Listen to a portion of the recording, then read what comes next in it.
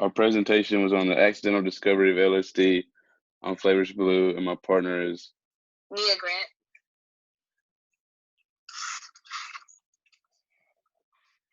So the research done in our presentation was on the synthesis of LSD. So Albert Hoffman is credited with the first ever synthesis of LSD in 1938. But it was after he synthesized it, there was no evidence that there was any effects from this compound. So it was no longer looked into. So it wasn't until 5 years later that after he was synthesizing this compound again, he would accidentally discover the psychedelic effects of LSD. So this happened because of the research that Dr. Albert Hoffman was doing at his laboratory with the ergot fungus. And the image, figure one, is the actual samples that the laboratory would send out to physicians and psychiatrists across the world to test out this new compound that they had created to see what the effects of what it could possibly do. Dr. Albert Hoffman was born January 11, 1906, and died April 29, 2008. He lived to be 102 years old, and from a very young age, he was interested in plant and animal chemistry, which would lead him to go after a PhD in medicinal chemistry, which he would get from the University of Zurich at the age of 23. After graduating from the University of Zurich, Dr. Albert Hoffman would then go on to work at Sandoz Laboratories, working with different plant and fungus chemicals. So the figure on the left is a figure of Dr. Albert Hoffman.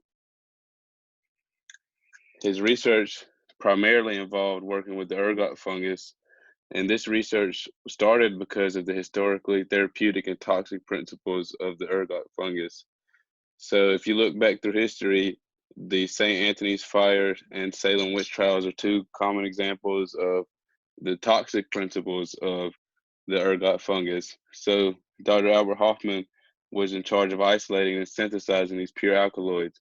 So as far as therapeutic compounds coming from this fungus, these compounds would actually help women with menstruation, or they would actually help to restrict blood vessels, so they would help with migraines.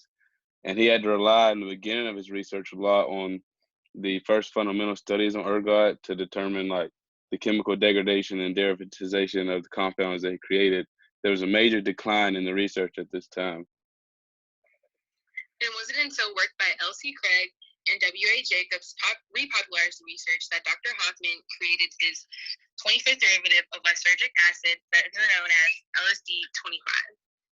His intention was to create circulatory and a respiratory stimulant, but during pharmacological testing, it was found that LSD produced no significant side effects in animal testing, and testing was discontinued. Figure 4 shows the chemical structure of LSD. 5 years later, Dr. Hoffman resynthesized his LSD-25 and was interrupted by an unusual sensation. It was then that he first experienced the psychedelic effects of LSD. It is assumed by Dr. Hoffman that LSD was absorbed through his skin and was the cause for him experiencing this state. Figure 5 shows the brain under the influence of LSD. Left, it's at placebo, and right, you can see the increased connectivity of the brain's regions. And it is here that you experience the side effect of synesthesia, where you can see smells and hear different sights. In conclusion, Dr. Hoffman woke up with no side effects from his experiment and was perfectly fine. He had hoped for LSD to be used in pharmacology, neurology, and psychiatry. But of course, when you expose LSD to the population, there's chance for abuse, which happened, and now LSD is an illegal street drug. Though in recent years, the research has been revitalized, and FDA-approved research at universities such as Johns Hopkins and Harvard have been treating problems ranging from cluster headaches to nicotine addiction. Okay.